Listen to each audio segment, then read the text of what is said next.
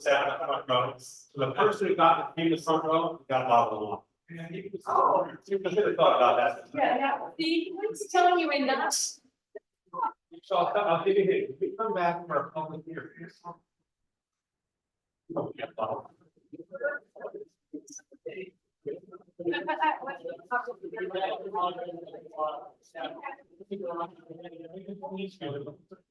No, I am. It'll be well publicized and all the things. Ladies and gentlemen, may I have your attention, please? Thank you. We're going to begin our show. Thank you. I'm just waiting for Bill Murray. We're not here. We're here. Okay. So the reason we're sitting in the garage is because we're anticipating people. But the presentation by Ben from LaVerge is being recorded. So we're going to take some questions in the end, but not be here all night either. So we're going to kind of have it be somewhat flexible. But I'm just going to hand it over to Ben and the ISO. Yeah, that's a good idea. But let me just. The plan is. Well, let's actually all rise so we can pledge to start the meeting. I pledge allegiance to the flag of the United States of America, to the republic which stands one nation under God, indivisible, with all liberty and justice for all. So this is what I was wanting to add, that this is basically the first public presentation of our draft plan, and we're sharing it publicly now. And the idea is that people can review the plan, but the idea is that we'll have time to get feedback and comments, before anything gets accepted in the future. For the village board may or may not take action, but the idea is that this is simply a draft, and we're looking for your feedback to help us decide whether or not we want to move forward with the most significant plan. So I'm going to hand it over to Ben. Sure, thank you. Hi, everyone. My name is Ben Simon. I'm the Vice President of the LaVerge Group. With us is Kathleen Rudy, our local government specialist. I would normally say everyone hear me back. Yeah, I'm pretty struggling with it. And twice, and Kathleen says twice. I'll try to speak even slower so the feedback doesn't go back. So, not to, or to elaborate a little bit on what the mayor said. We are in the final throes of developing the draft plan. The draft plan will be provided to the steering committee at the end of next week. What today is public information meeting number 2. The first one was back in January, which kicked off the process, and this is our interim update to give you all information about the planning process, how we got to where we are today, what we uncovered or determined during our workgroup meetings, the path that we're going forward in our recommendation in the solution plan for and provide you the information that's required by Article 17A of the state law. Just sort of curiosity, how many people here back in January? Only a few. Okay, so part of the presentation, we recap for the few of you, but it's also going to be a discussion on what Article 17A is, what a dissolution plan is, what results out of a dissolution planning process, and here what that means to the village of New Paltz and the town of Wilmington. In this time period, we're going to talk more about the impact of dissolution on government, as well as governmental services. We're going to discuss the assets and liabilities, because the Article 17A does detail out that in a dissolution plan, we have to be able to let you all know what's going to happen to your assets and liabilities of yourself. Everything you own, the land the village owns, the equipment, the people, staff, resources that work for you, what happens to them, where they transition to, what happens to local laws, what's the fiscal impact of the meeting in the day, what's it's going to save or cost you, what's the resulting services going to be looking like. And in the end, we have a process that the village has an opportunity to review. And should we want to go forward, we can put forth a referendum for you all to go over. So that's pretty much the next hour, 15 minutes. I'll be doing some of the talking. We're going to be doing some of the talking. We'll have questions and answers at the end. I do want to introduce Carl Walker, by the way. Carl is the Department of State representative. We've worked for about 2 decades now. He's your representative at the Department of State and Local Government Services. Carl, thank you for coming out. And a lot of what I'm talking about, Carl, on your site, he's gone through many of these presentations with us. Supervisors here, thank you for coming. Michael, you're here from the committee. Steering committee, see you. Chris, keep it up. Heather, you guys are here as well? And Mike, no, you're wearing pink. You're wearing pink, you're wearing. So as far as they go, those of you that joined us on Zoom as well, at the end of the day, we'll have questions and answers. For those of you who are here physically in the meeting, if you want to sign in, we'll take you by order of signing for questions. For those of you joining us at home in your comfortable houses, if you raise your hand at the time for questions, Mike will be able to call on you and ask the question. So it would be remiss if we weren't able to share with you a thank you to the town board, the village board, all the village town departments, and the staff that shared information with us during this process. I mentioned back in January that developing a dissolution plan is very challenging because we as a consultants have to balance the emotions of the community, the emotions of the staff, while steering the community as to what could happen. You know, people always ask us as a consultant, should we dissolve, should we not dissolve? That's not our job. That's a completely personal decision you all are going to make as to whether or not it makes sense for sense for the best, sense for the C. When you value judge the process. Our role here is to look at if you did choose to dissolve, what would that look like?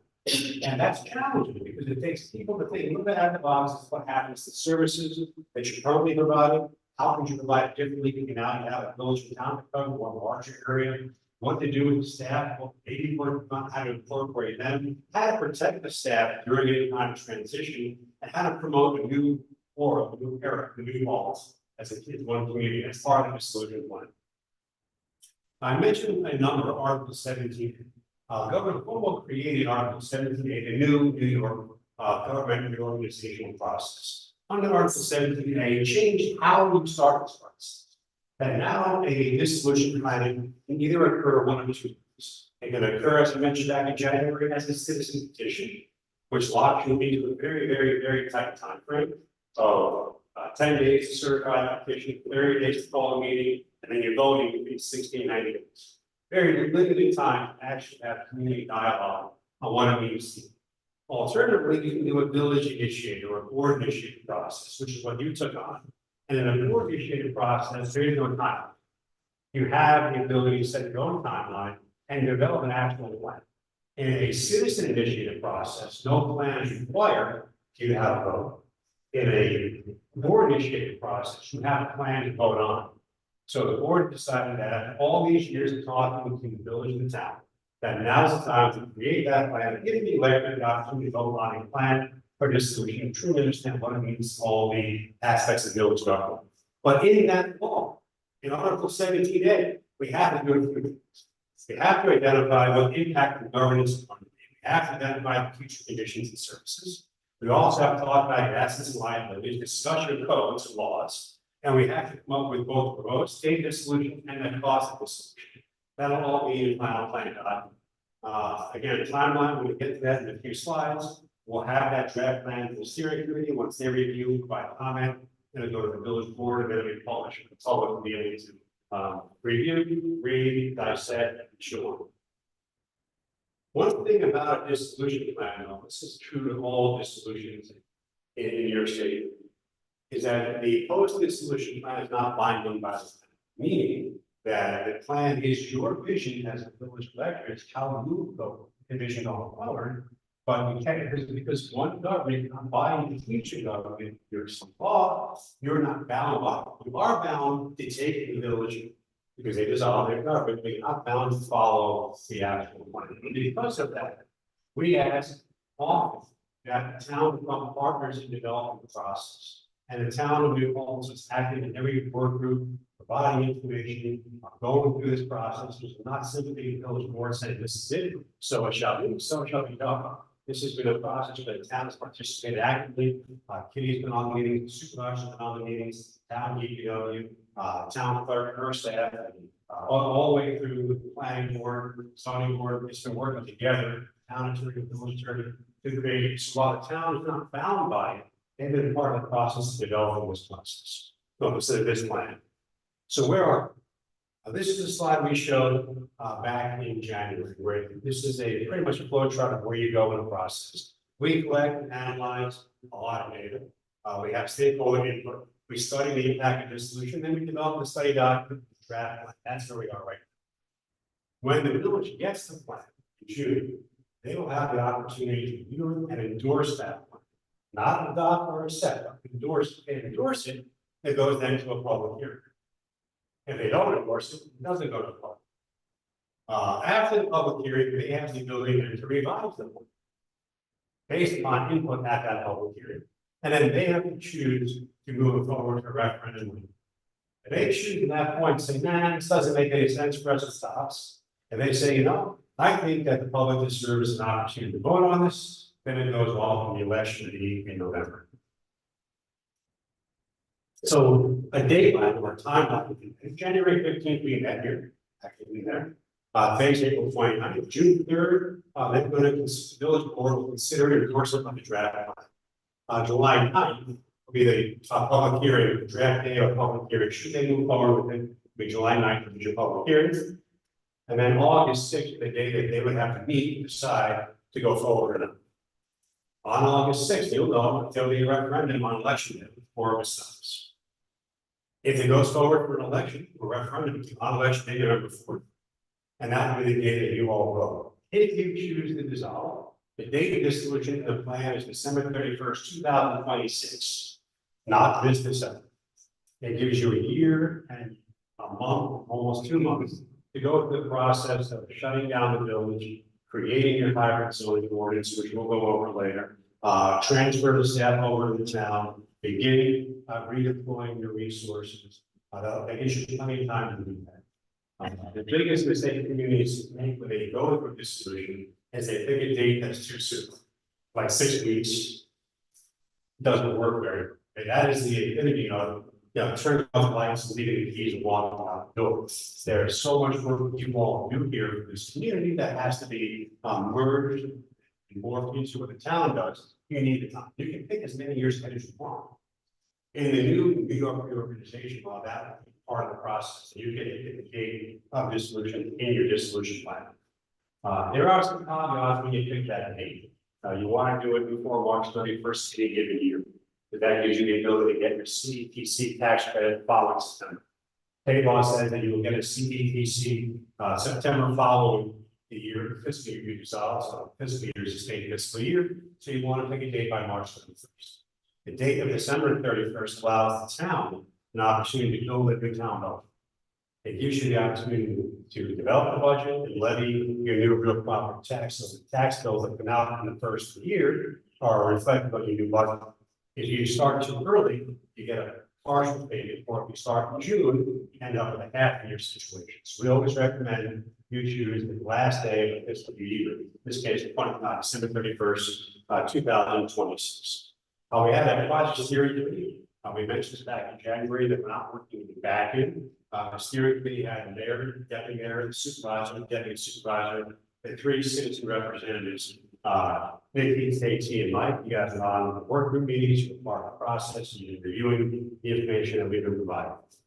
We've also created work groups of subject matter experts to help us dissect information, land use laws, zoning laws, codes, DPW, highway. So we had 4 separate work groups. One was the land use work group. We had the planning board chairs of both, zoning board chairs, advisory committees, as well as Mike from the village and town part time before we resigned and moved on. We had a fire services work group, chief, former chief, the company president, as well as the elected officials. We had a public works committee, or work group, which had superintendents of DPW and a highway superintendent. And DPW will also participate in those work group meetings, and the admin and finance group, which had a controlling treasurer's clerks and service. So these work groups were tasked with reviewing the information that we were receiving, helping us dissect the information and formulate a path forward of what would happen post dissolution. They looked at the preferred dissolution framework service models. They provided input on resource needs. We strategized on the approach, the integration of staff, laws, zoning, the additional land ancillary land use type laws that are not in zone, but affect land use, housing, affordable housing, tenancy laws, those kind of. We looked at coming up with options that would help create a smoother transition. One that again is not a stop, turn off lights and go, but it's a transitional process, which would include changing over commercial properties, equipment. We also discussed during those time periods, how to protect and safeguard those assets, while simultaneously not requiring the town to repurpose them to lower. The key stakeholders that would be what they provide us, for data and information, could be all of the. If they had information on what you do, how you do it, why you do it, and when you do it. That's all information that's very important for understanding what transfers happen and what occurs in the new town governance structure. We participated in interviews, we had information flowing back and forth, email, and work group meetings and online Zoom meetings. And that's where we identified a lot of key issues that were potential sticking points and those that we overcome through a transition to open dialogue. And then also the key stakeholders help in identifying the approach of solution services, how it would be served.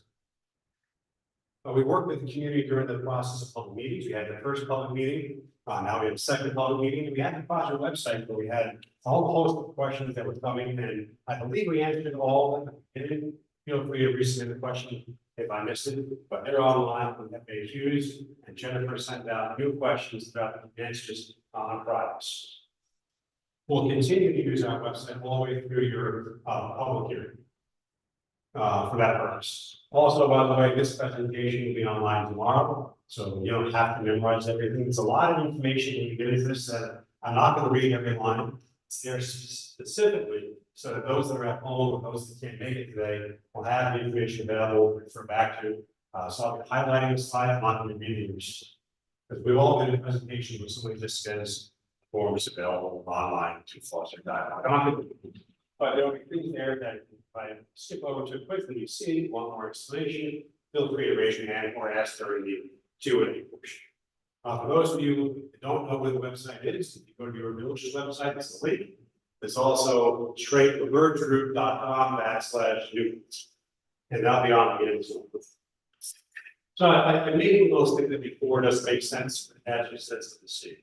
This is really your planning process. So when you go, if you get a chance to come out in public here, this is where you start talking about what you think as it doesn't make sense and S or sense to the city.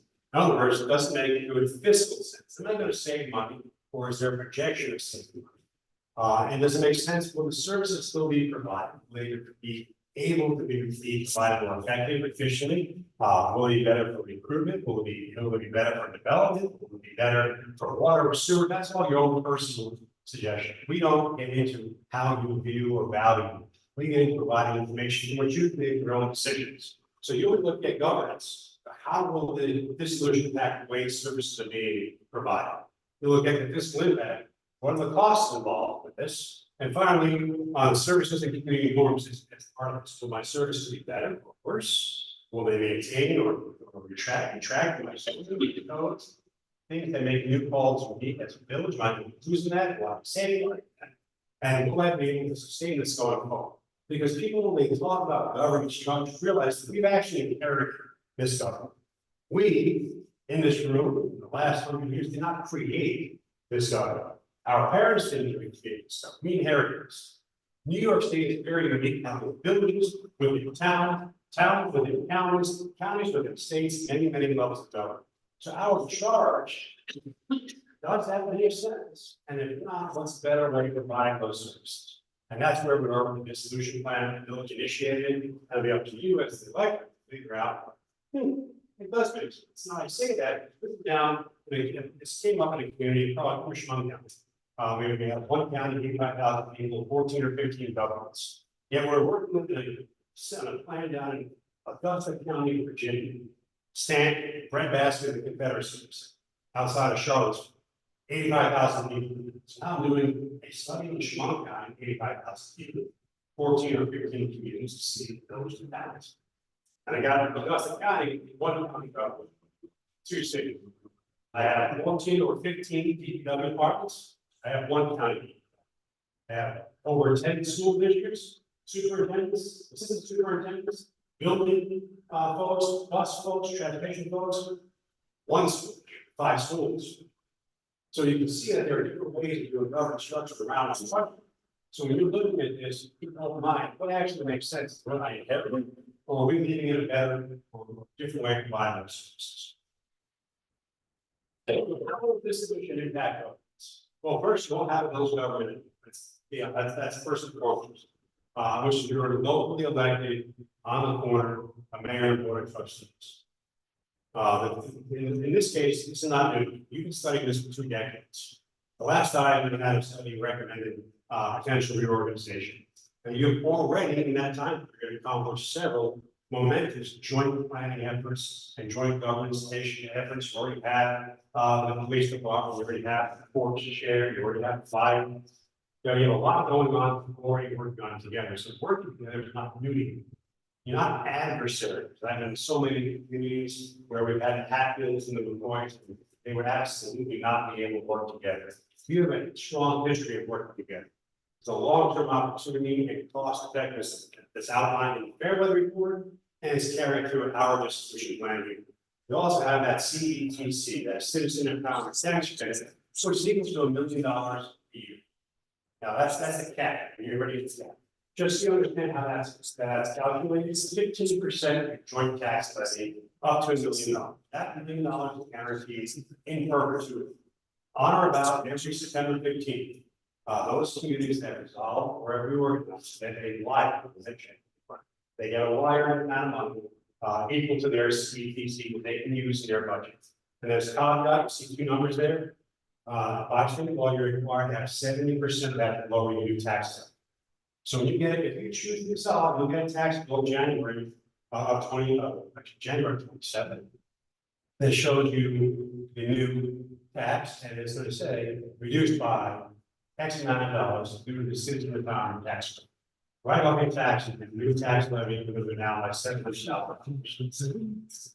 There was a lot of it is the development world, planning world, and in commercial development. The challenges for planning in town those boundaries because the water doesn't always go to the water, also go over the dust. And then municipal boundary is a map, it's a boundary on a map. Often you can't tell the difference. One fill over the other, but that boundary changes on it. And it changes your water, it changes your sewer, it changes your rate structure, it changes your services. But yet you all have the same meeting. Your main street of the village is the main street of the town. Your community center is the community center of joint community. So there are a lot of different challenges coming into your community as to where is village, where's town, where am I going to go for development pieces? What am I going to be doing for water? What am I going to be doing for sewer? A reorganization allows you to have more predictability in development, more predictability and uniformity in decision making among planning boards and zoning boards. It allows you to have joint capital planning and asset management. It does allow you to leverage efficiencies like joint department, using all the strength and power of all your employees in one spot. But again, this is not us telling you to dissolve or not dissolve. This is some pros and some cons as you go through this. It allows you also to leverage, I said, the efficiency and asset resilience. We're having a harder time across this country getting people to serve in village and town governments, both as an appointee, as a hired staff person, or an elected official. Having a larger base to select from, to choose from and to recruit from will help you in all your resources here in the village and town. Some people may find that as an opportunity, something. I mentioned before some concerns. Well, there are some standard concerns heard through a dissolution process that we have to bring to your attention. Being fair and on board. Number one, as I mentioned already, there is no absolute guarantee that the town's going to follow what's in the plan. I say the town, I'm not speaking about your town, particularly your elected official. Uniformly across all dissolution and reorganization. There is no guarantee that the town that is left standing after a building dissolution, so to speak, will actually follow that. 99%, 98%, everything we've done in the last decade of dissolution we follow. Only 2 things happened. One was the plan called for the creation of a sidewalk district, and that town said that's not going to happen. There's no need for that. Your downtown, my downtown. We can do this with CDC, and one was on an advisory. Everything else was followed because the town was participating in developing that. It wasn't a shock. Other things that are concerns: will there be diminished focus on services that are right now in the village? We recommend protection. We recommend the protection of your zone. we recommended the creation of what's called a hybrid zone. So your zoning habits in place today will still be the same zoning, with different acronyms tomorrow. Meaning if you are a R1 today, you'll be an HR1 tomorrow, and R1. So it was to protect your zoning area for towns. When we get to the zoning section, you realize the H's in front of your current zone. Because you can't have two zones with the same letters, with the same name, with different bulk uses and side yard setbacks, with rear lot.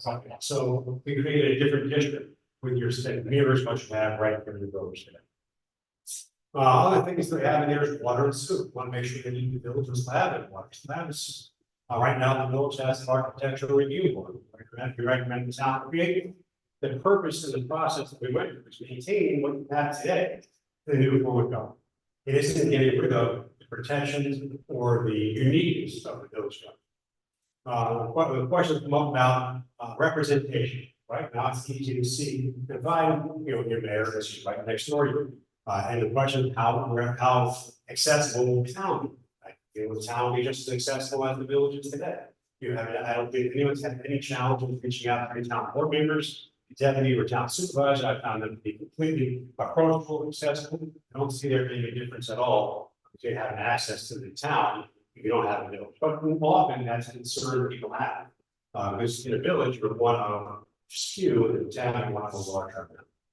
But again, I have the professionalism of your elected official is refreshing. I believe that they'll be able to assist you should you choose to go forward.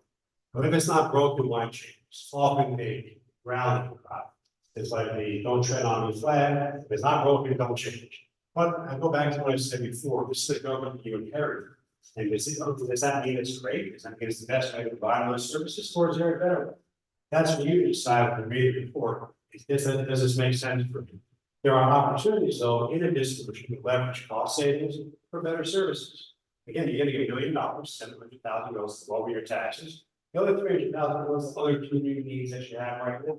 And given how many joint tickets you have, it could possibly make sense for you when you're reviewing it, looking at your future. Village employees provide excellent services, and will they continue to provide those services? The answer is yes. From day one, the mayor and the village board have been open, honest, and supportive of their great staff. Across the board, they said we want to make sure that we protect our staff as much as possible. We're committed. Everyone in this town says that we need those folks to do the work in a new town government, because you know what? The town's kind of missing. There aren't a lot of guys sitting there, they are sitting there on the bench saying, hey, Carl, every single employee in the town government is taxed and maxed up. And we have, I say tax as in work tax. Getting money. But they're all busy, they're all working very hard at working out. And if the village was to dissolve, that workload doesn't go away. The town can't just automatically absorb that. They need all the employees that those current tasks come over to the town. So no one is projecting to lose their job except for the one person who's retired. But that's not business. That was happening. And the study committee has worked with the county, and the state for how to do the transition to protect everyone's process benefits, years of service, tenure, and going forward. And they assured us, at the county level, the state level, that when it's well its way, don't worry about it, we got you back. So with the village, again, 100% behind the employees, and we'll bring them over in a new working environment. Fiscal and administrative services.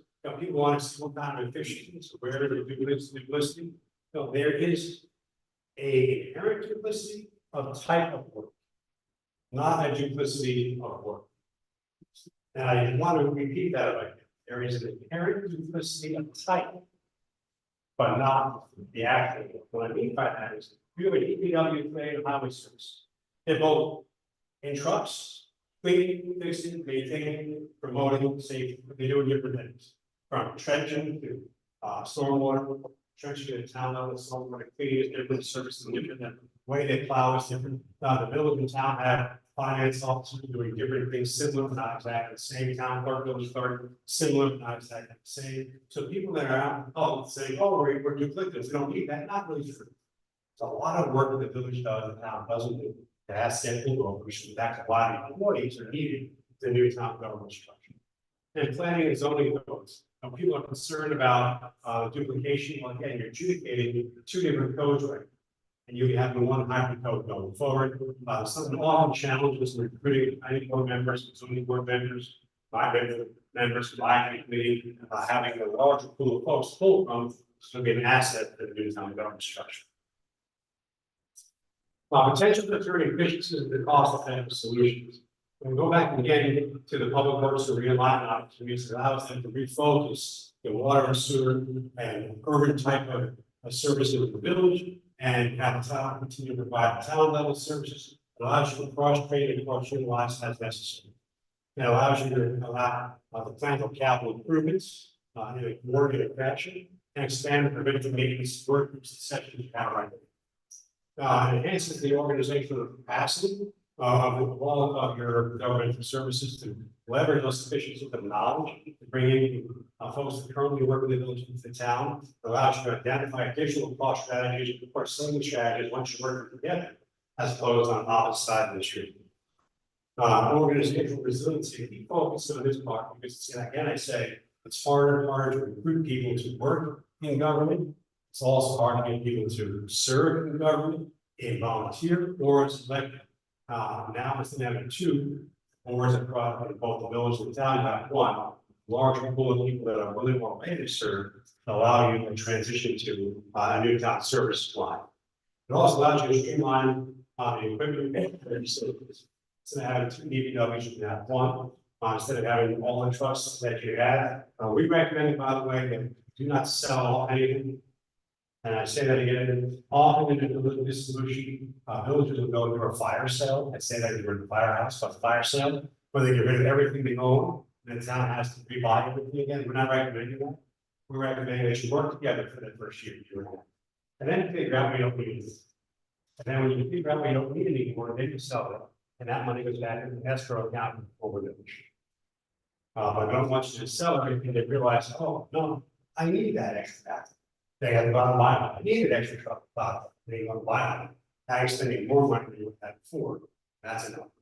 So we're recommending a smooth transition, working together, identifying what you no longer need over that year and a half, and then go with the process versus a knee-jerk reaction.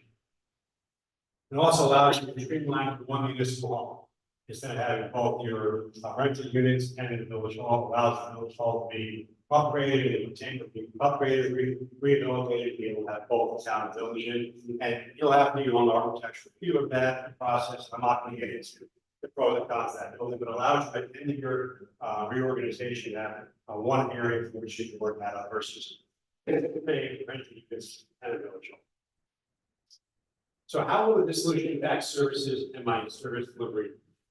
Excuse me for a second. This is where you have the music on. By the way, I do appreciate having a screen up front, Mike. You may have heard this before, Captain with me. We were in a firehouse in the community meeting. They didn't have a screen. There was nowhere, there's no white wall, so we put up a sheet on the fire engine. And we used that, and then there was a fire call. Yeah. But I do appreciate you setting this up for us. So currently, the Village Public Works Organization is 9.5 staff. And you can see out here that you function as one unit, about half for water and sewer, and then half for public works and functions.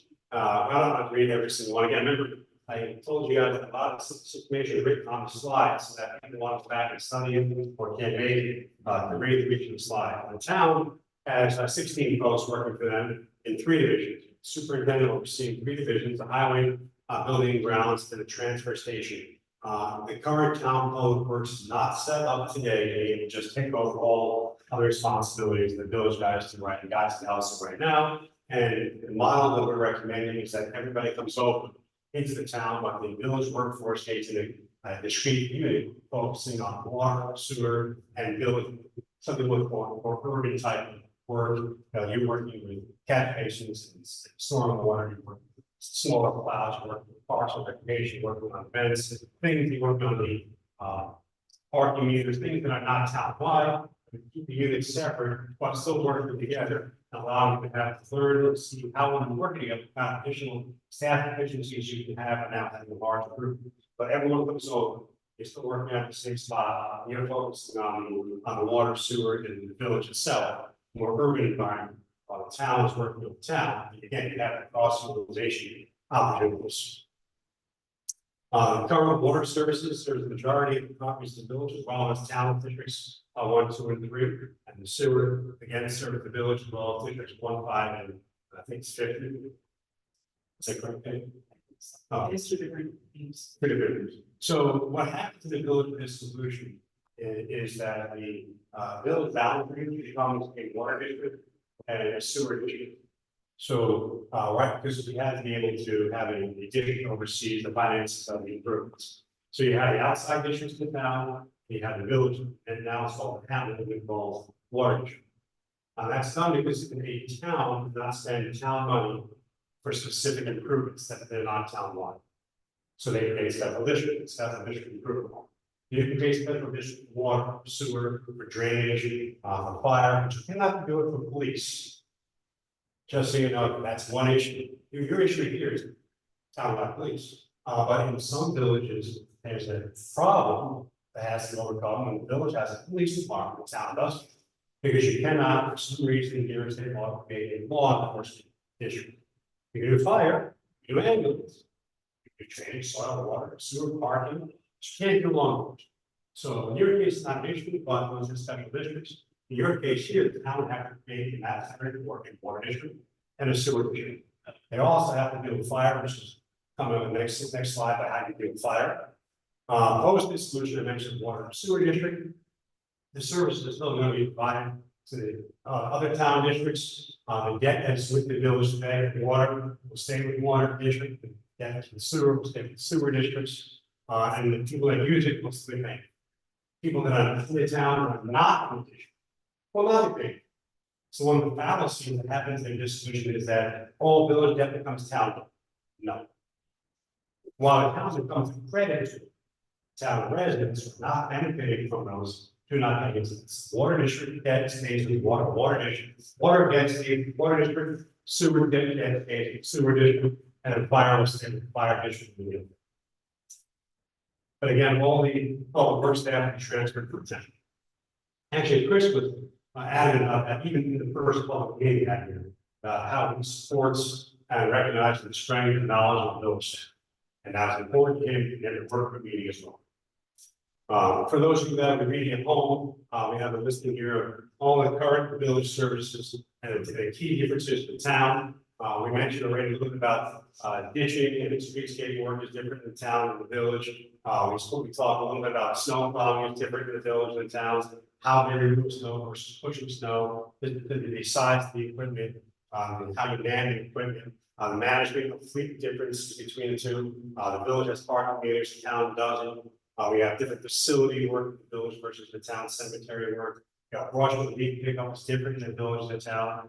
By the way, there will be an upgrade recommended on brush pickup, not the brush of large object pickups, refuse is humanity. That in this solution, the town create a special refuse district in the former village, only for the sole purpose. The village right now has long pickup, bulk pickup once a year, and the town doesn't. That's not fiscally capable of having that large cost for the town to do it, but the village, you don't want to lose the village service.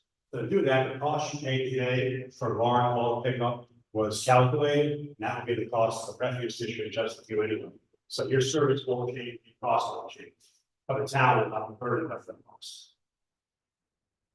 When we talk about at the bottom of this parks and trails, you both provide notification, parks and recreation, but the village does do a lot more with underground subsurface drainage. You don't do the town. Town does a ditch on the other side of the road. The village has 433 catch basins that have to be on a maintenance protocol. The cleaning, clearing should be photographic logging.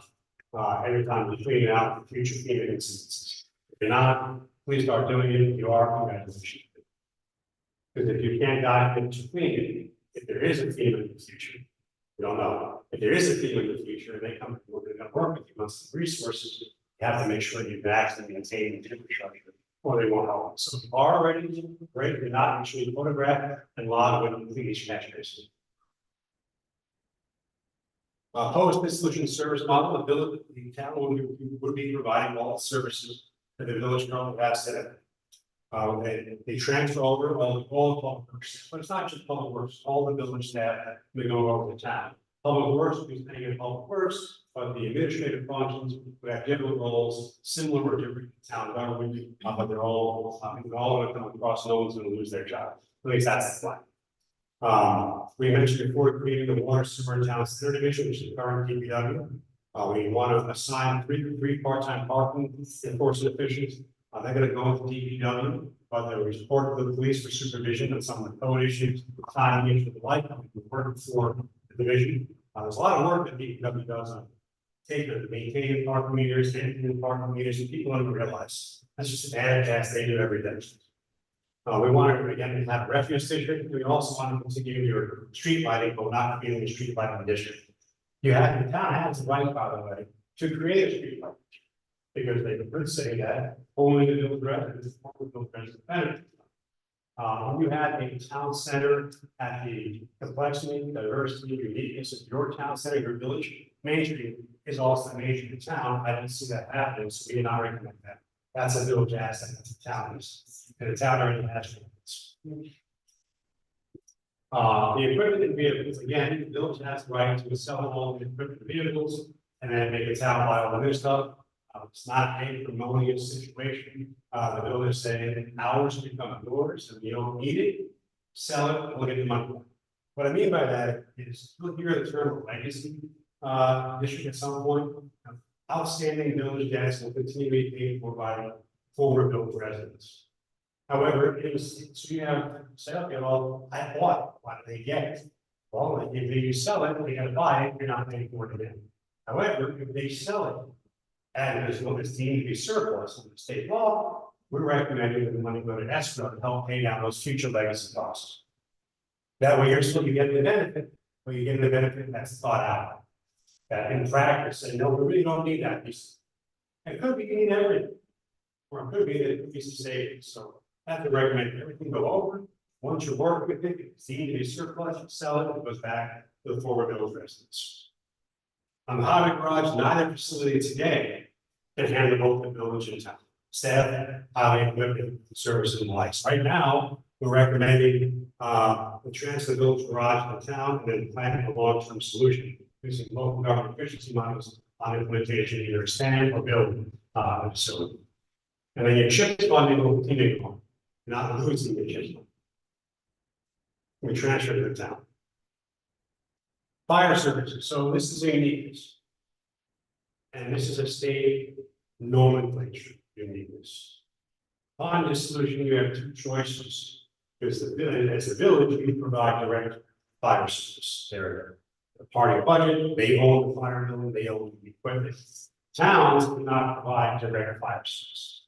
They contract for fire services. So how does the town contract for fire service? They create a district. I had a conversation a few moments ago about creating special improvement districts. They create a district. So when you talk about how would a town provide fire protection, there are two ways. They can either create a fire protection district or a fire district. See what I said about nomenclature? Almost the same, it sounds similar. A fire protection district or a fire district. It doesn't mean the fire district is one to protect. A fire district is a separately elected district, the government, separately elected board of commissioners that creates and runs its own budget, votes on its own budget. A fire protection district is what the town has right now. It's like every other special improvement district governed by the town. They contract out with the fire company, and we recommended through the fire service work group that they continue that, expand it to include the village as a whole. So the amendment to the fire protection district. If you choose as a electorate later on to study the benefits, pros and cons of creating a fire district, separately elected board of commissioners, it's well within your right to do that. That's not part of this charge. But those are the two options you have. In this case, the fire protection district, the village transfer the assets to the fire protection district, the equipment, fire hall, the current village clerk treasurer obviously won't be a village government anymore, so they will not be a village clerk treasurer. We're recommending they move over to the town. Right now, the village handles a whole host, that also handles a whole host of services and walk that he uses the most.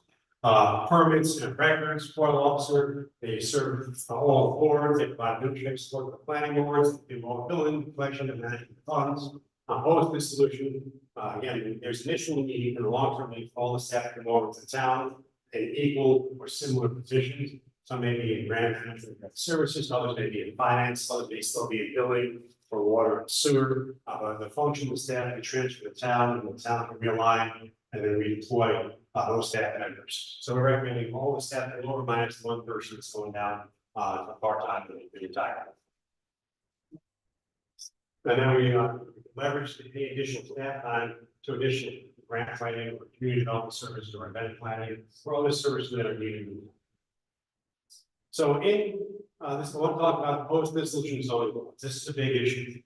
The zoning is what protects the look and the feel of a community and protects the safety and welfare of incompatible uses. I'm not going to get into the politicization of land use laws going back to the first zoning law in Chicago. You have zoning, town has zoning, so we don't have that issue. I will say, with the process of dissolution, if the town did not have zoning, they would have the right to get rid of the village zone or to create a town zone. So some of our clients do not have, so they created zoning only for that circle of the former village. Others created a Bud Light version of zoning, everything outside of village rural agriculture. But those communities that had very well defined zoning ordinances like we have here in the village and town, will do a good job of directing and separating the uses in a planned orderly fashion. They normally do what we call a hybrid zone. In your work group, it's clear that you wanted to keep what made the village New Paltz unique in place. So I mentioned before the nomenclature of adding a hamlet in the village of New Paltz hamlet, using a hamlet designation in your zoning. So HR, HR2, business district and the like. But I do want to point out one thing. Town has 2 years to change, amend, repeal all of those laws. So in essence, you have 3 years now, if you choose to dissolve, to address your current zoning, future, and every local law. It's conceivable that all your village laws stay in effect until 3 years from now. It's not practical. I would never recommend it. I would use those 3 years to orderly transition. But on zoning, we recommend a little bit of more haste. Not haste in a bad way, but directed effort towards development of a hybrid zoning for predictability for those in the village and town and those who want to come to the village and town by the creation of a hybrid edition of the hybrid zoning. So if you choose to dissolve on November 4th, we would recommend December 1st beginning to work on developing your hybrid zoning, identifying those pieces that can get pulled over, and then also working on the administrative portion of your code to ensure that what makes the village of New Paltz be today will still be your zoning code on J1 2027. And that also adheres to some of your ancillary codes that we recommend that you could also work on your merging, your board putting together your affordable housing, your tenant registries, looking at your Airbnb, short-term rental pieces, looking at how you deal with college students. All those issues are ancillary, they're not actually in your zoning code. We should be looking at conformance. We also identified the fact that you have people who know your village code inside and out, on the planning board, like the zoning board, like the architecture review board, like the conservation group, that you want to make use of as the new town. So that we recommend that there be created an advisory group or refer, so that when you get a town board, town planning board gets a village or village application for site plan, for zoning, that you get referred to that advisory, we first get input from people that have been adjudicating this for the last 5 to 20 years. Get that recommendation, because it's going to take time for the town boards, not the elected town board, planning and zoning board, you have to see this new level of work and the new types of zoning. That way you're protected even more, knowing that you're in good hands, people that know that they'll stay, will still help provide information in the future. So the town planning board will take over, will now be overseeing planning in Hamlet, in the town, the rest of the town, same with zoning board. We also recommended that if the town doesn't have one, They create an architectural review board that can handle the historic review and architecture design, review components that the village currently has right now, both formally and informally.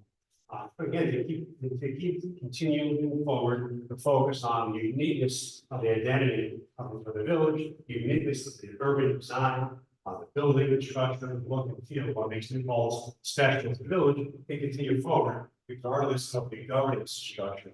They'll be there.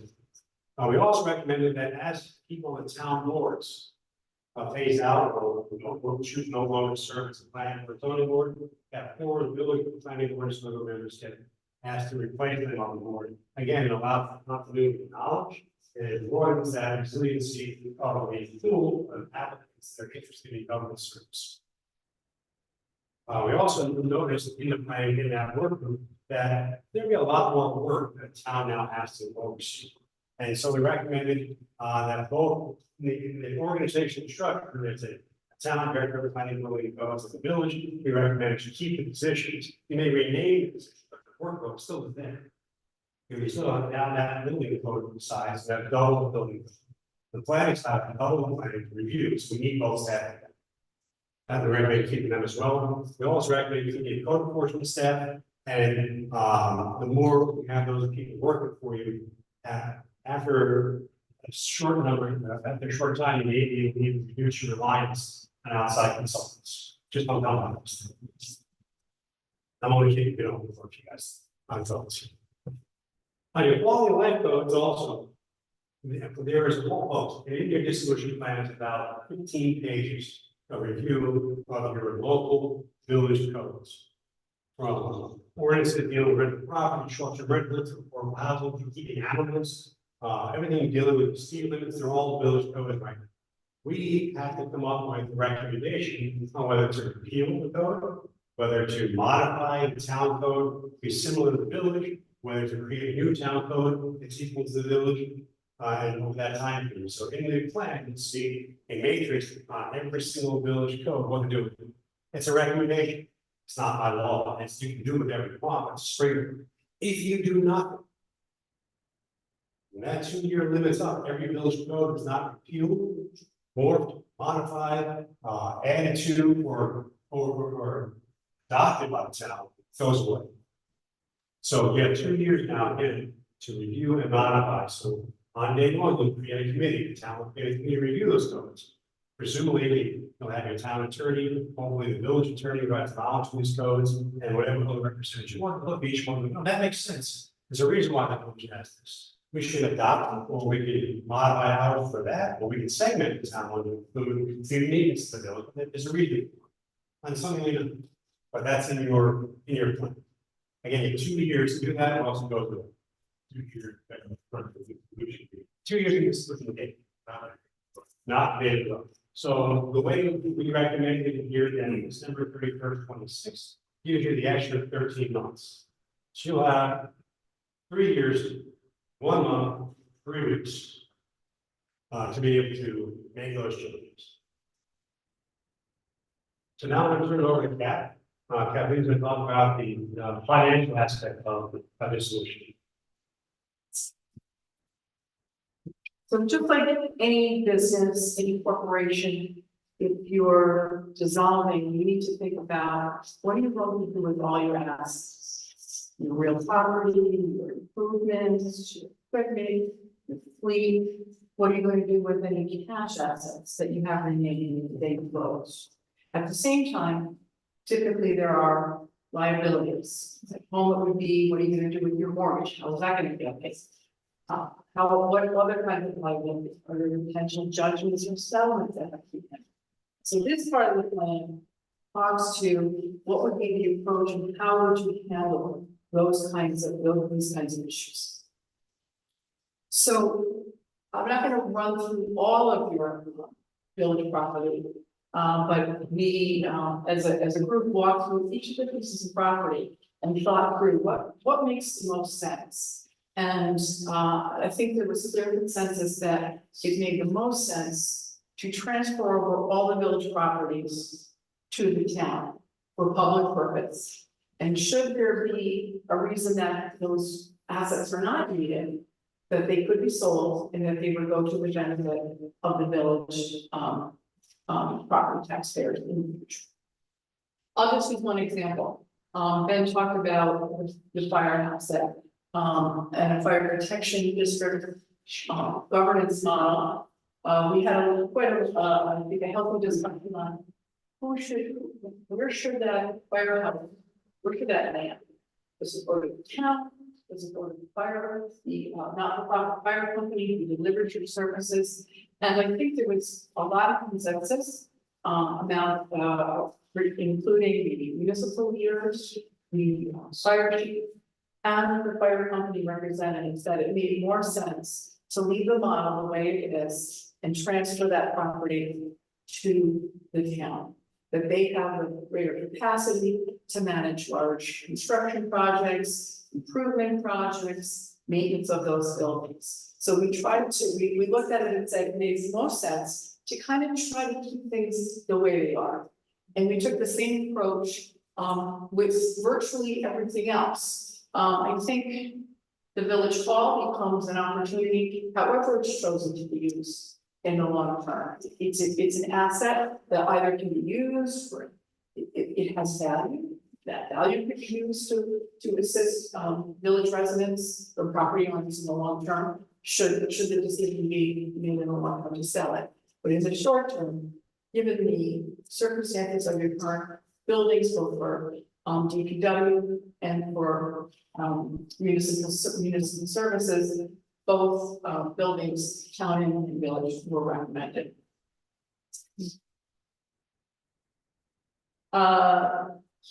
Similarly with all the equipment, we felt all the equipment needed to move over, and I think I can talk quite a bit about that. So now we'll kind of shift and talk about your cash assets. The village is run very well, extremely well. It is a very healthy government, financially, organizationally.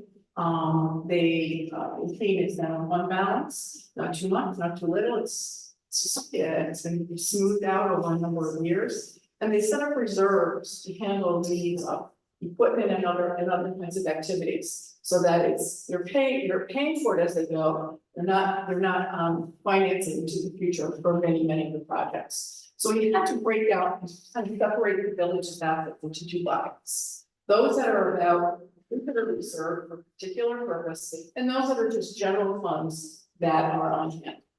So a number of the reserve funds, such as the first one up there says capital reserve restricted. Well, that's been funded by both the town and the village and other contributors to purchase the planned purchase of a new major piece of fire equipment. It is anticipated that fire equipment will be available and can be paid for prior to dissolution.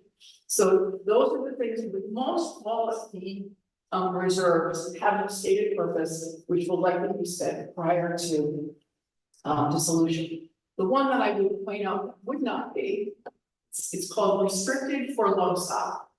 LOSOP has to do with your volunteer firefighters. It's called a length of service award program. It's quasi-retirement for volunteer firefighters.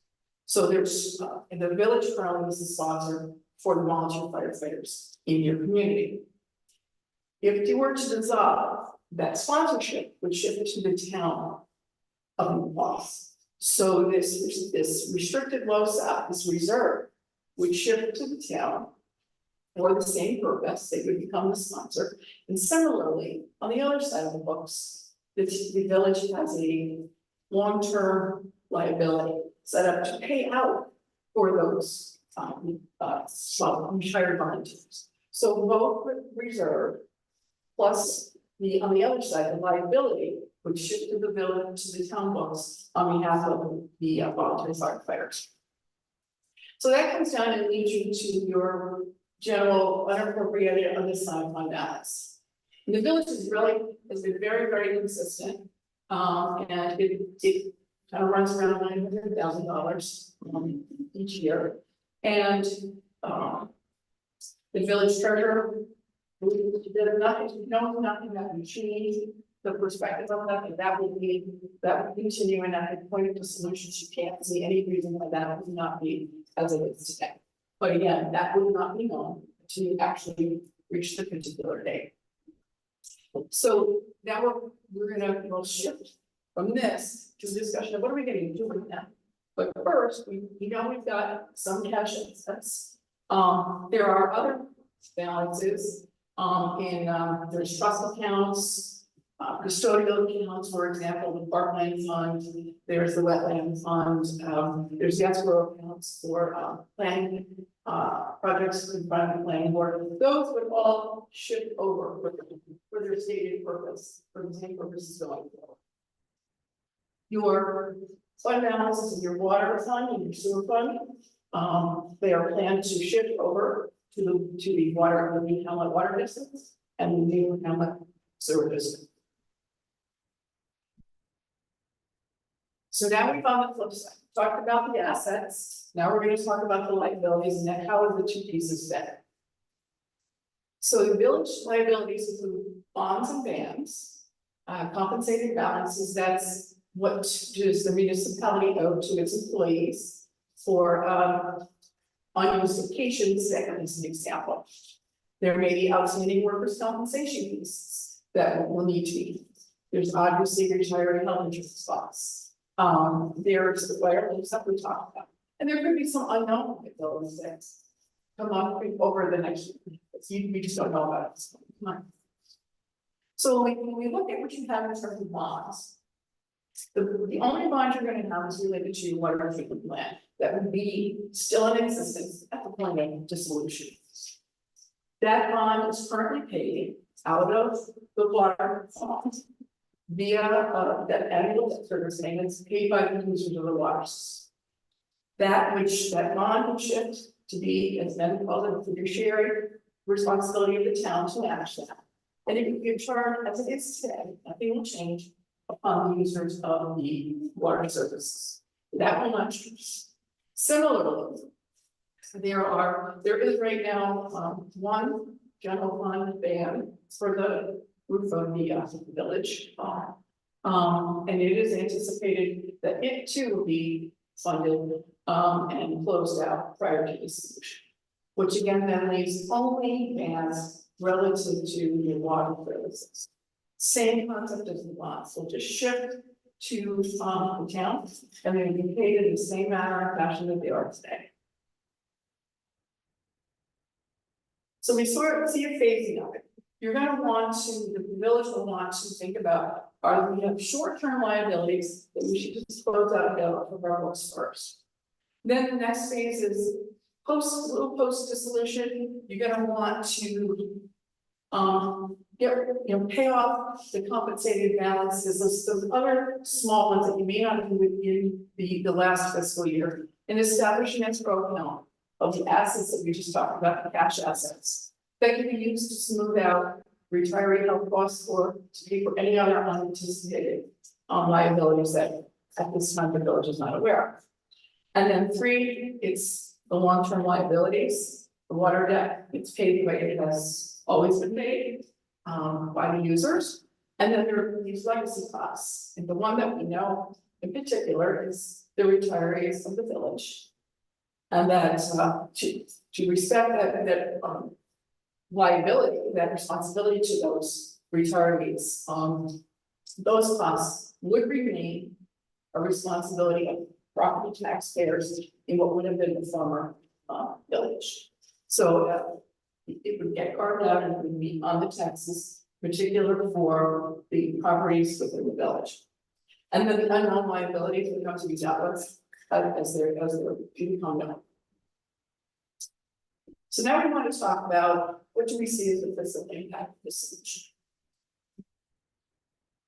We know that Ben talked a lot about all the work that has to happen by the time it goes to decide to dissolve, and when you do dissolve, or using the 2-year term of the local for the integration of local laws. That's a lot of work. And we need to recognize that there is a one-time cost related to getting some of that work done. Much of it has to do with determining how much that level is. Really has to do with how much can you do in-house and how much you potentially need to contract, use it, attorneys, et cetera, to help you work through it. But the examples would be like legal costs relative to property transactions, updating agreements, integration of the zoning law, integration of the other codes. Information services, probably is 2 different corporations, gotta figure out how that's gonna all work together. Networking, website, email, all that background work has to get done.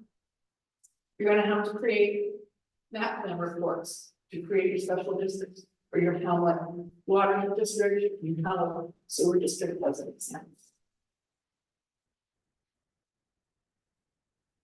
So now let's talk about the transition's over, you're functioning as a new government. And we're trying to figure out what's that gonna mean to a village and operating owner. So you've got a lot of dynamics going on. Big picture we see is that there will be, in all likelihood, a reduction in the property tax rates for village property taxpayers. But there's pieces going in different directions, and you gotta tease them all out and figure it out. So the first factor we know is your citizens empowerment tax credit. And the minimally the town might have to apply 70% that $1,000. Or they can put anywhere from 70% up to the 100%. As it works. There are community needs, folks talking about some of your infrastructure, your buildings, etc. But you may want to use a piece of that for alternative purposes. That's a community choice. But that piece is significant and plays into the dynamics. When you look at what's happening to the village taxpayers rates, you're going from having this village tax rate on a village bill, and you have your townwide tax rate and the town bill. Your village tax bills will go away, and everything will be on one bill. It's not bill. The majority of the costs that are shifting are going to be going from the smaller village tax base to the much larger townwide tax base. So you can just see simply, you take $100 and you spread it over $1 million versus you take $100 and spread it over $500 million. Material difference. It's spreading it over a much larger tax base. Simultaneously, right now, we have highway services that Chris provides that are specific to the area outside the village. Those costs, now that you're no longer going to have a village, there is no such thing as town outside village. You're now one community. Those costs are going to shift from outside the village to the town-wide. So village residents, taxpayers, will start to pick up a piece of that cost as well. So you have a piece going to the bigger tax base, village to town-wide, and then you have town outside village highway going to town-wide, which would include village taxpayers. We've talked a little bit about it, but we did find, and then have included in the fiscal model, reductions in that cost. There are obvious costs that we're not gonna get. You no longer have a board of trustees, you don't have a mayor's office. You're gonna have a reduction in outside auditing, we should both do auditing services. Well, in talking with certified public accounts, they said, yes, there will be something smaller. It's gonna go up for the town, but it will be smaller than the 2 combined. So we did an estimate. That's just an example. We also recognize that not all the revenues that the village gets will the town get. Perfect example of that is the gross utility receipts tax. Villages are authorized to levy that in village law. Towns do not have that legal authority. So that is a revenue, as an example, that we had to take out of the equation and say, that will not go forward, we have to recognize that. So we took that. And then there is the level of the legacy costs, that there is a piece, and at this point, you see that piece primarily being returning health costs, that is going to be carved out. And it would be a cost to the village, so taxpayers in the village. So when we take all these pieces, And Ben already went through the calculations to save. And what we did an analysis that did it at 100% of the million, 70% and 30%. All right, so this is a little bit of a busy chart, so let's walk through it. You'll see a first column, which says these are the current rates for $1,000 taxable assessed value that a village property taxpayer pays. They pay their village rate, they pay their town general and highway, and the combination of those is $13.60. We pay them at 2 different times of the year. We use the 24-25 village and the 25 town. That's the base that we use to do this modeling. So now we said, okay, what happens if you dissolve and there was no CPC, there was no incentive? What would happen? Your village tax goes away, and your town general and highway tax will go up. You will now also be paying into the fire protection district. So we pull that out of what goes to the town wide, and we push that through the special district. And when you add all of those, it comes to $12.07. That's just about an 11% reduction in property tax. So and then if you go to that next step and you say, all right, if we apply that minimum 70%, what happens? What happens is that rate, which is currently $13.60, goes down to a modest combined tax rate of $11.48. That's approximately 15.6% in the model reduction in property tax. If you did apply 100%, that would increase, the reduction would increase to over 17%. So we want to look at what does this mean to a single family home. So we looked at the taxable assessed values in the village, and they range somewhere from $57,000 to something a little bit over $600,000 in taxable assessed value, not full value, not your market rate, but what your taxes are based on. And $216,000, sort of the amount of a home that's in the middle, half or lower and half or higher than $216,000. So a $216,000 home, single home,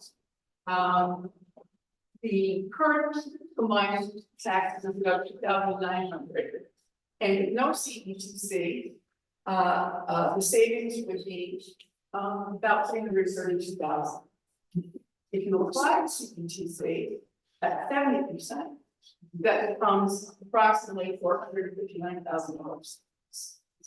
And the chart will be up online, so we can kind of look at it and see, you know, what's pretty close to their assessed value to determine what the potential savings is. So we did the same thing for the town outside the village property tax. And without the application of the CETC, it's anticipated that there would be a slight increase in the town outside village property taxes. Kind of makes sense. You're pushing the village tax to townwide tax base. You're moving stuff from the town outside to a townwide. So it makes sense. We did have to adjust fire protection district, not from what they pay today. We pulled out all the capital pieces because the fire protection district right now in the town has an operating component and a capital component. And so to do an honest assessment of what the impact of dissolution is, we pulled out the capital component. Because with the capital component, the town outside village taxpayer is paying about 71 cents per house. That would show that it's going down. And we just felt that wasn't a fair representation. We wanted to be transparent and show that separate from this cost that was very concentrated splitting of costs between the village and town over a 5-year period. And kudos to the village for doing that. It's very responsible to what we need to do. it distorted the picture, we wanted to do that, so we did. Once you apply the CPTC, it flips it over. And you begin to see a very modest potential reduction in property taxes for those outside the village. And at 70% modest is, you know, it's in that 3% range, so it is modest. And if you apply 100% of the CETC, it potentially, that reduction goes up a little bit to over 5%. I'm gonna try to back to that. Only a few more slides. So next steps. Which one are you gonna talk? For you, about 6 minutes. So the next steps in the process is, again, on June 3rd, the village had the opportunity to endorse the proposed dissolution plan. The village board then had a public hearing on July 9th, as mentioned earlier. Then by August 6th, you would have to need to formally either accept, adopt, and move forward to referendum, or decide to kill the process altogether. Then if you decide to move forward to referendum, you're looking at November 4th as your date. If the vote is no, nothing further will occur. You have to go out there for 4 more years. You can still focus on shared services, but it won't, you cannot do a dissolution again for 4 years. And then if the village of town residents can still pursue consolidation, if that's what you want to do at that juncture. So that's very rare if the dissolution goes out. If the vote is yes, then you move forward on that course of action that we've laid out in the last hours. The town will ramp up suspended operations, you'll begin working on your closing down the village, you'll be moving over your equipment, your staffing, your budgeting, and you'll work on concentrating on smooth transition as early in the process as you can. So now we have time for questions and answers. We have a sign up sheet here. For those of you that haven't signed, just raise your hand and we'll finish those folks and answer your questions. At that point, we'll ask Mike to go online, and those people online that have questions can raise their hands. We'll start with the folks that signed up. Ben, I'm gonna stop sharing screen just to make it a little Leave the right.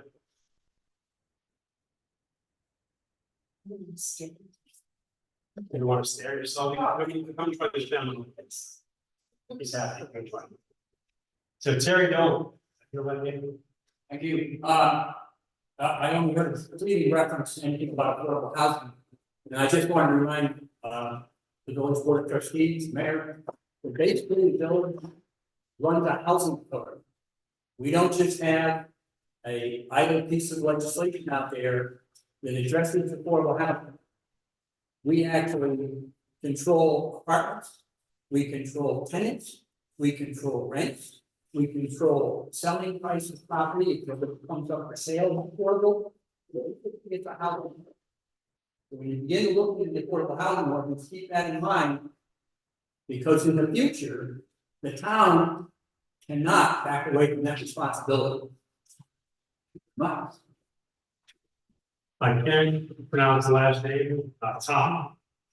I guess this means sometimes he. Yes, That's you. okay. I'm also aware we'll have lots of time in the public hearings, I guess in July, to ask all kinds of questions. You'll be talking in July. We're giving a smaller presentation. This is public information and short periods. You'll be able to stand on your, look at the microphone and you'll give your opinions. Sure. I guess this is a little, it's peripheral, but it's sort of connected. It's the issue of assessments, and the chart we just saw there is based on, I get it, the current assessments. I don't really know what's happening right now, honestly, in terms of village and town assessments. It seems to me I've read about reassessment happening. Well, we only have one assessor that's shared by the town and village, so anything that's currently happening, that does not get touched with responsibility resolutions. Okay, I'm just wondering, is that going to happen within That the period? may happen, but that could happen in parallel to dissolution, you know, if we choose to reassess. I mean, Amanda can chime in, but that is a service, a department that will just continue to exist, and if there are changes may happen. I'm sorry. If you're asking about reevaluation, we're way overdue.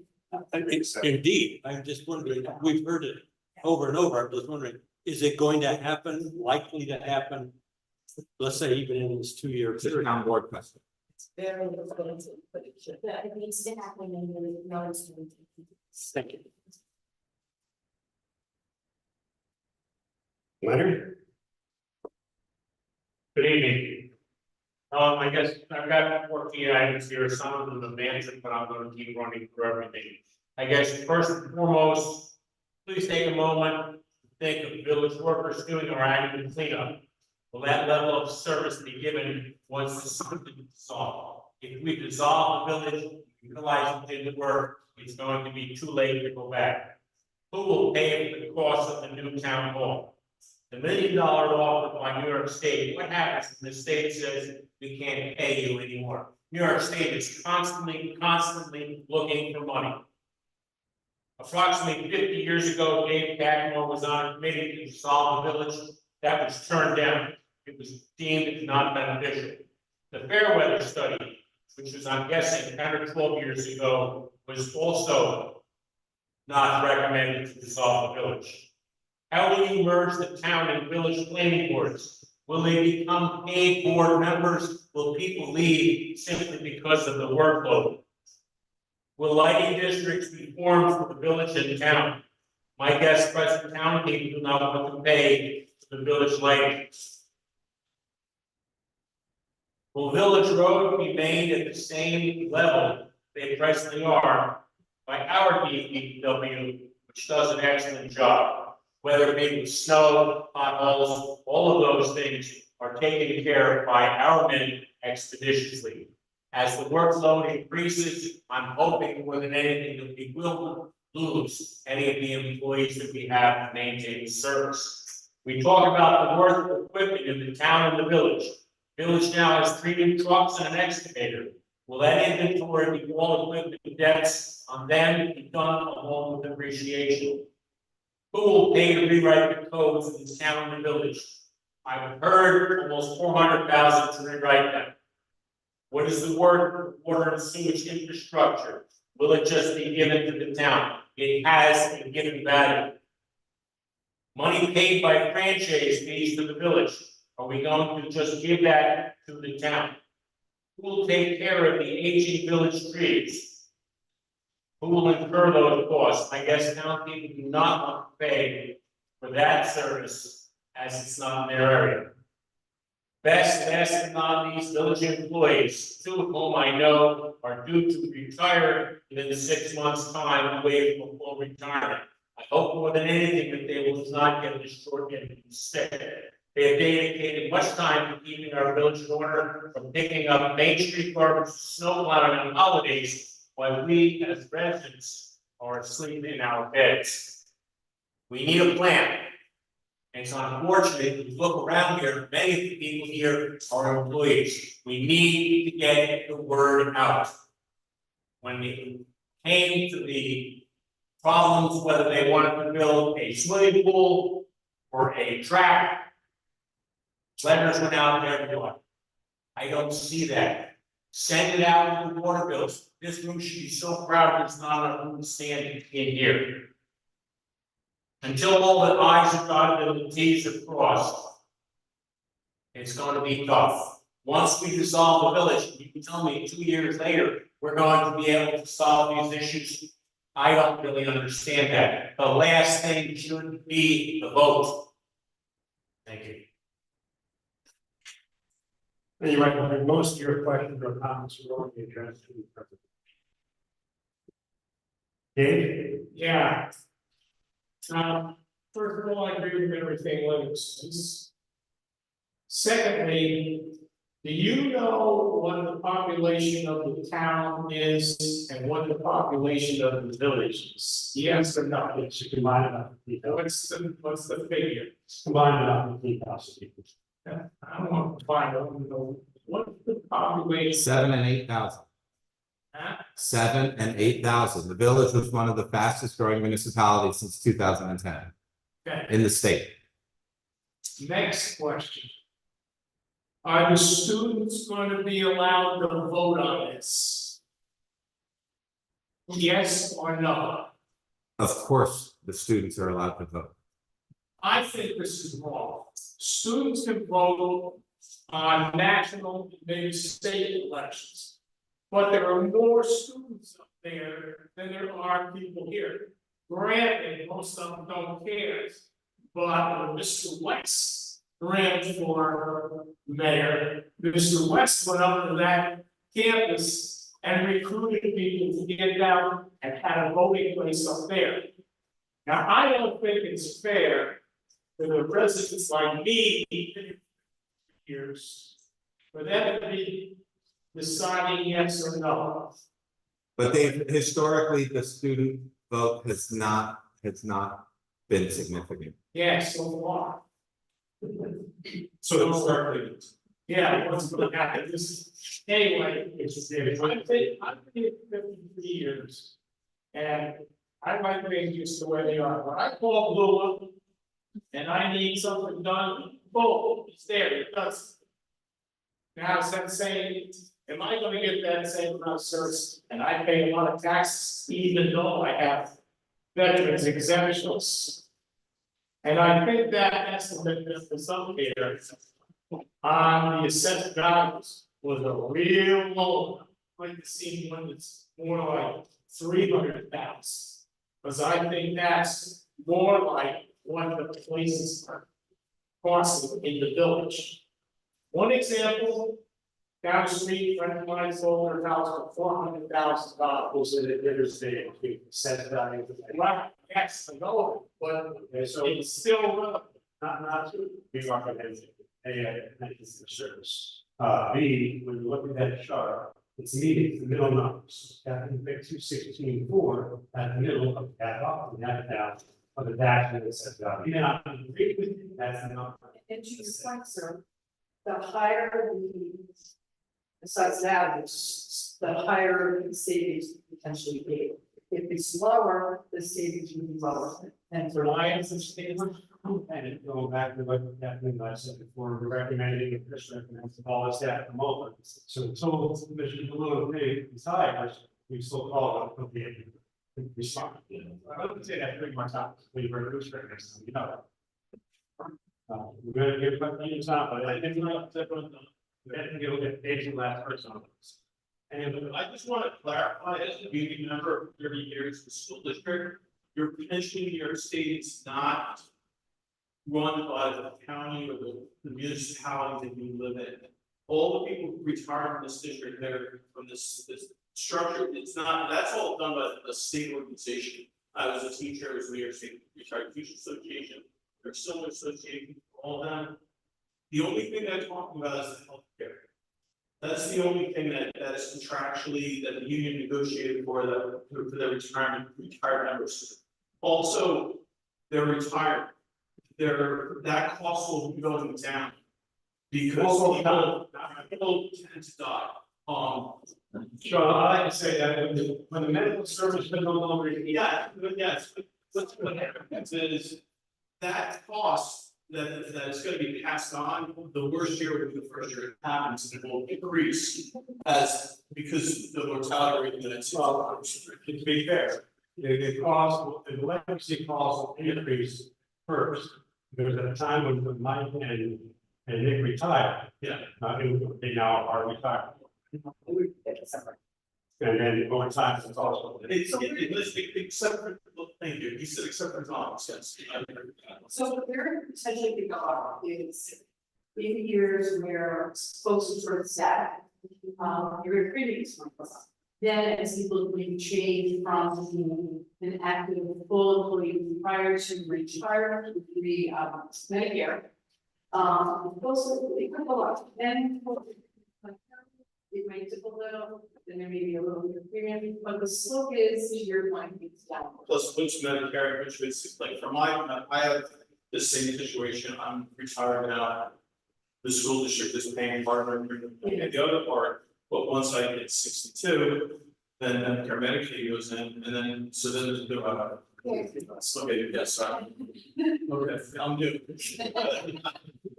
And yes, when that happens, then the cost of the district goes down instead.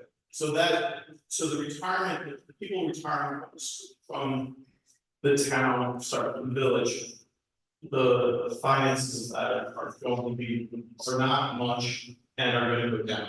And the plan is going to be keeping on benefits for that. Yeah, I think you just, eventually it's gonna go away. If the person's retiring at 55, At some point, at some point there, that cost is going to go to zero. It might take 50 years, but at one point it will go to zero, 100% of the time, unless it's the federal government with their social security system, that's a different story. We take a question from Howard. Yeah, I mean, I didn't sign up, I didn't plan on, making comment on it. You indicated that, you consulted with the state and county and they have our back. What exactly, who exactly did you consult with and what exactly does that mean? and what it means is that if there is a path forward, for negotiation with the village of the town. And the county is committed to assisting in securing the benefits, time of service, current village employees have as a transition into the town. I know you're just bringing reference, to that negotiation is gonna have to occur between you and the new town as they move forward, but the county said there's a path forward. They're committed to assisting, the village and the town, moving, transitioning the staff over to the town. That's what- So who in the county said that? This county has no role. County has absolutely no role, the state has absolutely no role in that process whatsoever. Who's the purchase one again? So I think there's two sides to the equation. There's civil service and there is the relationship between the employees and the town. And then you've got, to your point, you've got a number of folks that are represented by, have representation. So there are multiple pieces of this. What the state is offering to assist is, how do you do that legal transfer that enables people to kind of go from one organization to the other without a lot of significant change from a civil service perspective, which then that's half the equation. The other half of the equation is the collective bargaining components. And those are the pieces that he worked through between who's representing the village employees and the town. And that all would pan out. The town and village representatives in this process have recognized that this process will only work optimally if the village employees are a part of the solution. And there was a quote that says, we need to do what it takes to make this work. And I think when you have a number of participants all wanting the same outcome, that there's a good chance that you're going to get what you want. I think we are not part of the negotiating process, not inside of our purview, but I think that it appears that the key players all want to move to this direction. And that's probably the most critical piece. So not to interrupt, but Yeah. just a few points. For individuals that are hired already, just to this gentleman's point.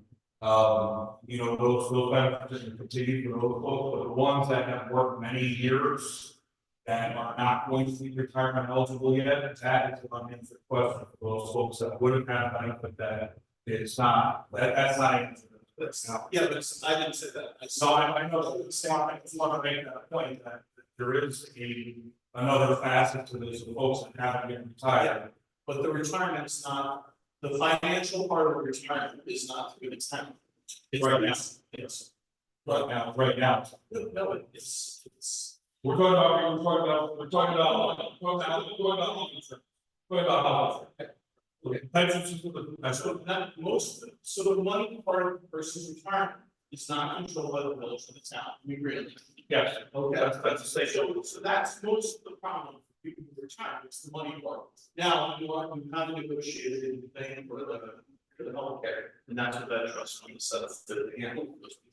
And you're going to negotiate a contract that's totally. Well, that's all I have to, but I just want to make the point that the state and county having our back, that's a little bit of So that's a state. what they're saying is that The state and county really doesn't have the their role in discussing the transition planning of the civil service is what I mean by so.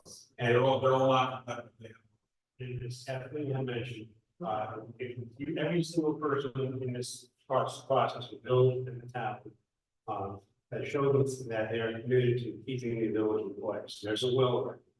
Now we can negotiate the way. They're not all non, It's not they're not all non-competitive. the majority of them.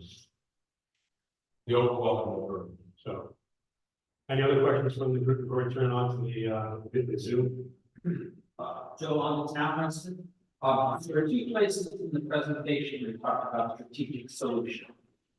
One was the town halls, which clearly are both desperate need of attention.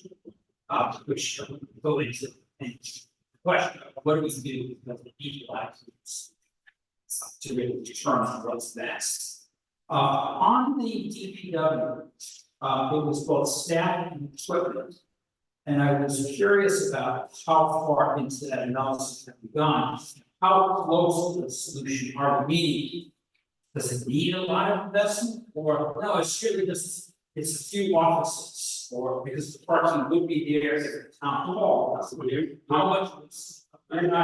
We're not charged with developing the building feasibility study. So that kind of correlates with the cost of the solution and the potential branch add towards that. Number one is the town that you choose, town will apply to borrow over for another $50,000 towards those costs. Two is definitely identified as the 70-30% of our CET super. The first year or two of that 30% we use for that feasibility study, transition assistance for legal easily improvements for pay towards the bond. But the additional thing is it's another LTE grant, local government efficiency grant, they can go towards that new building up to $40,000. So my question was, how was it determined that there was no adequate solution for DPW? Right now, In consolidation. By Bill 3126. That is not realistic to think that you would be all in one building by 12/31. That is why the plan said keep both buildings until you develop more solution. Was that a judgment? Or was it an analytical analysis on the building? you know, again, the second time, we were not charged with doing architecture feasibility study of the buildings. We do not come up with a plan for transition. We do not know how to station needs are there. That's all. And did not understand is that it was judged not to be adequate today and. Based on today's building on the side of this wall, it's not you to be adequate to take everyone in town, really do the super office today. You have to do the architecture feasibility study, the space analysis, and figure out how to amend and reform and really that. Yes. A quick question, you said there was an affordable housing work group. There was no, not that. I said there's a land use work group, and in the land use work group identified that the village has an affordable housing ordinance in place right now. And I recommend the town review the village's affordable housing law ordinance and modify it and bring it to the town for that area. The town, as Supervisor Katie mentioned in our last work groups, already working on an open affordable housing law, so to make sure that it'll be working together. But that all comes over to supervisor to speak better about the town's affordable housing movement. Well, you can come to our meeting on Thursday, we're talking about the meeting house. It's all good.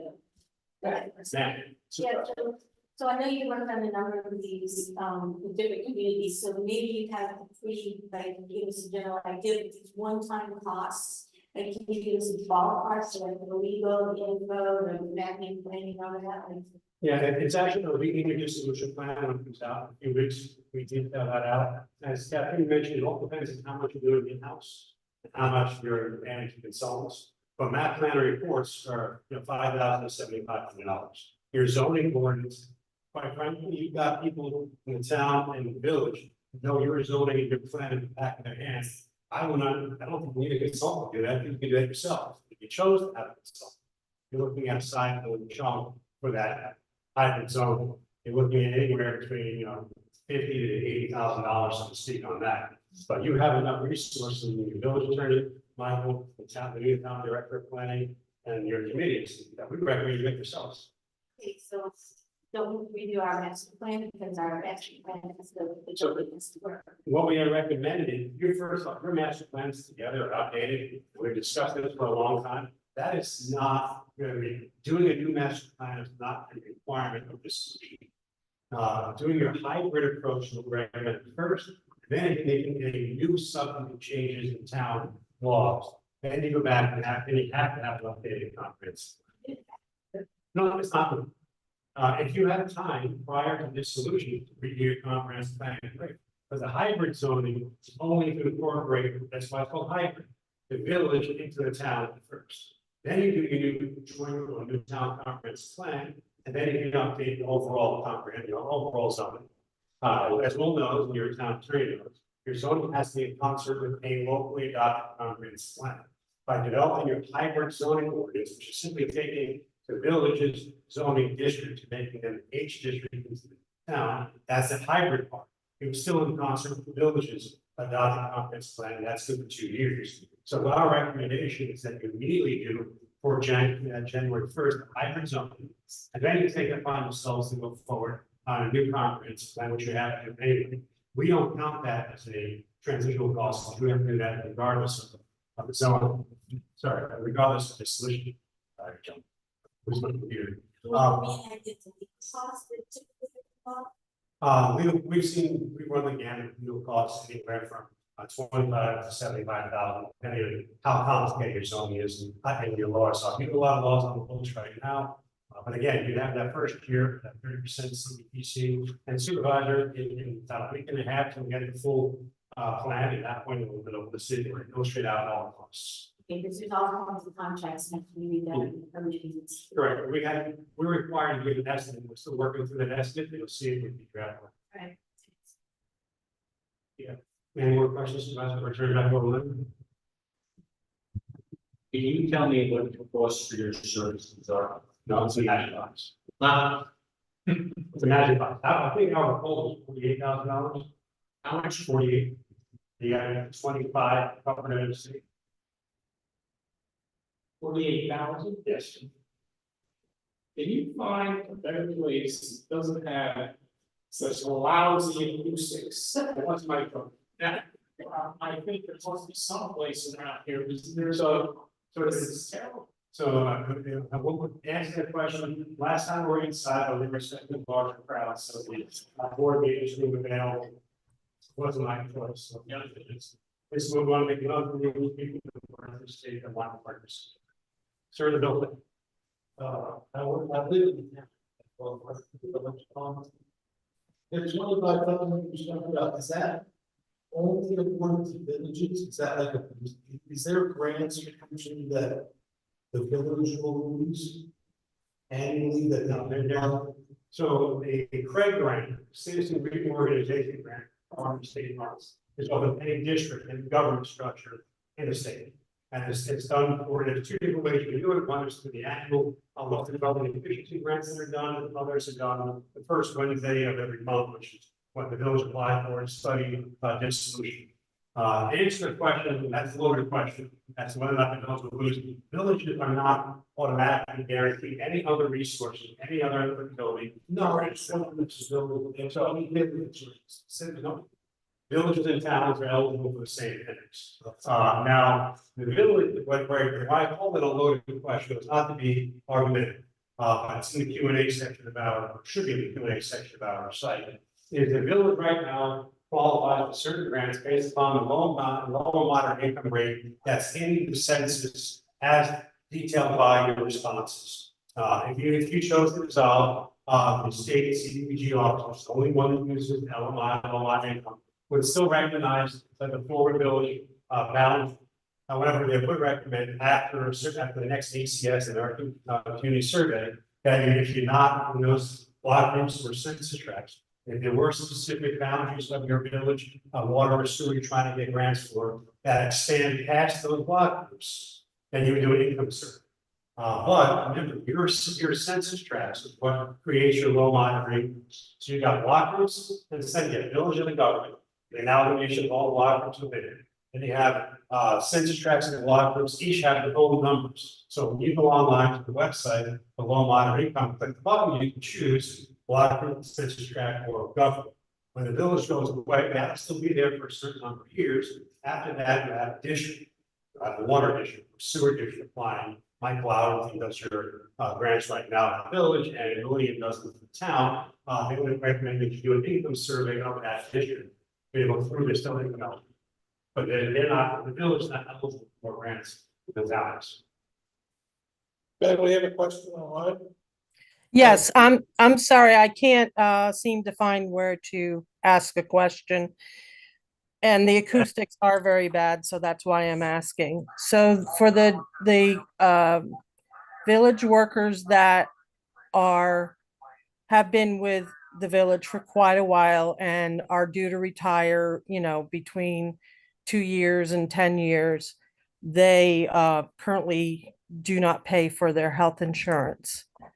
Does that roll over if they go to the town, or is that what the civil service, Howard, and the town have to work out? That's what the negotiation between Howard and the town will have to work out. Okay, Right thank now. you. Thank you. So you want to ask or say or talk? Yeah, but I could add that I'm running for town supervisor, and part of my campaign is to extend health insurance benefits for retirements. Stating that publicly. And I'm stating publicly that the unions have to work that out together. We're not even sure that they're gonna be in the same union at this point, so. It's hard to say that there's gonna be negotiations. We've been advised by labor council that like a candidate can definitely make that as a campaign promise. Make that as not, Exactly. you just can't deliver.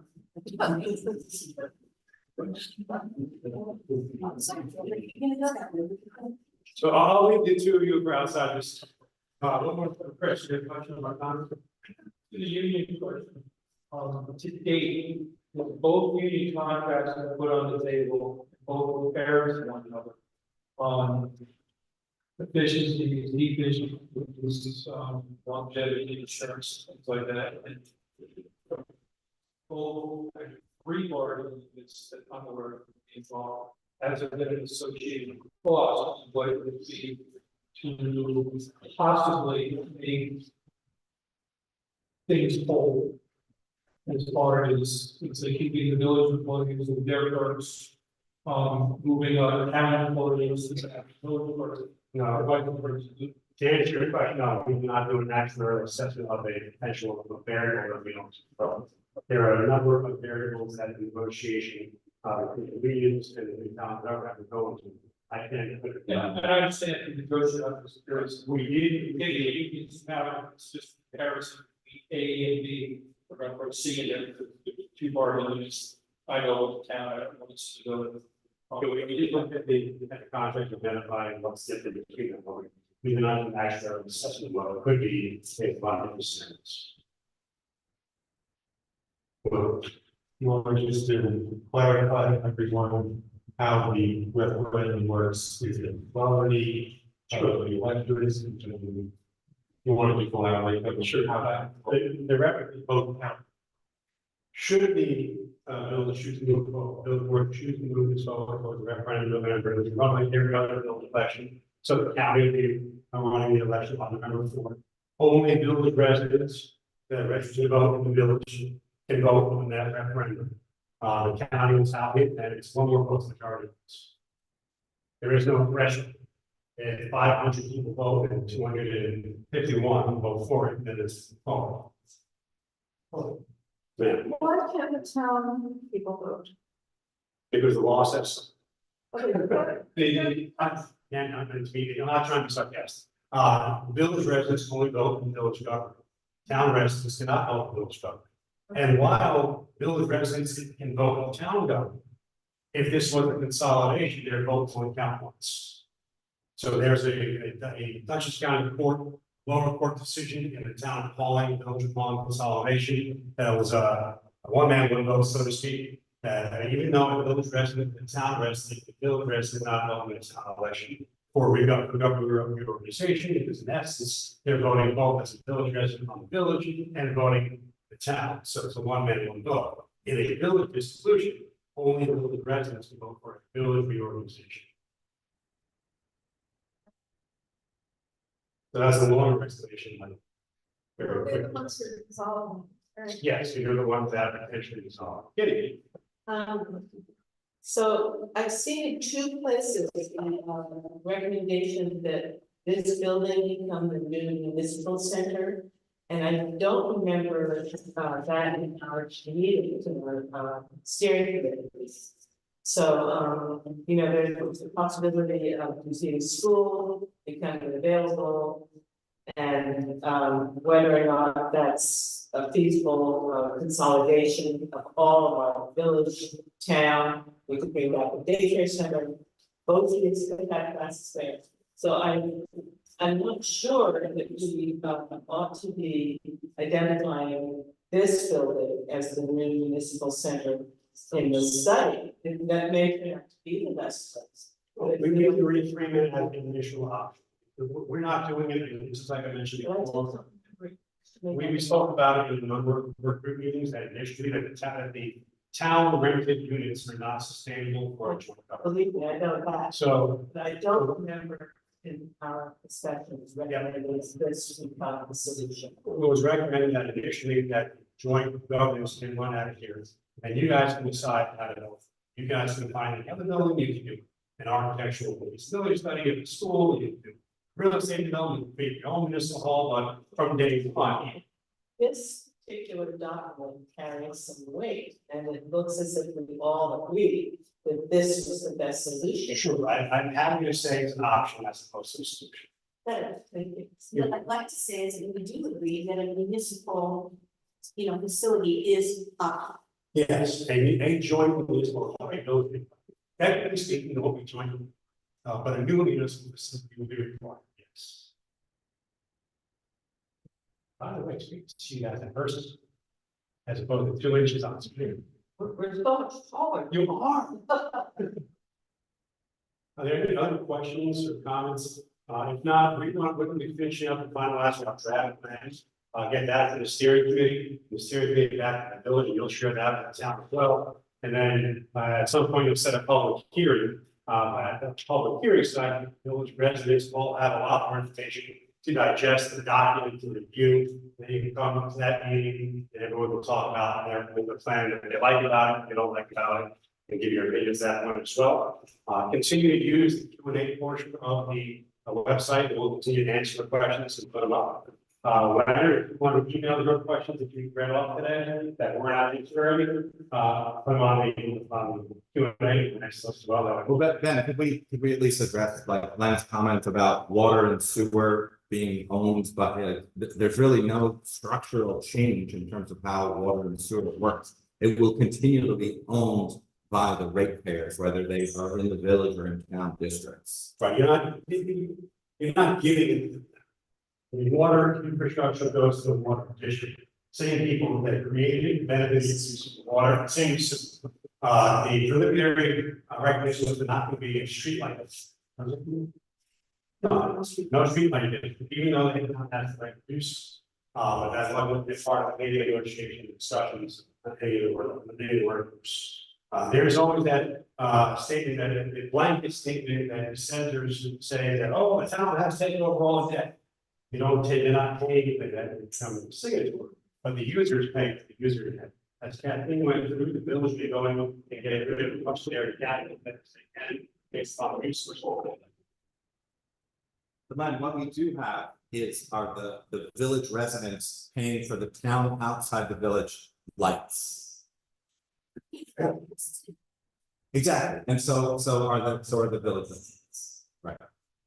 So what I wanted to know is, I understand how all the pipes and everything's in the district, but what about the water treatment plant and sewage treatment plant? Right, owned and the responsibility of the ratepayers. The water and sewer. Because some of it's outside the district now, right? Sure, Well, no, wait, but who funds it? The ratepayers. Ohio. town wants to smooth it, and then. Isn't the town planning on building on the other side of the through it? Yeah. Yeah, so would that be a different grade?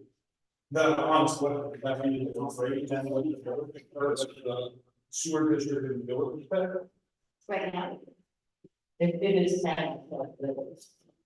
I'm saying, So not knowing the specifics, any new sewer district or what would be created, be governed by the town.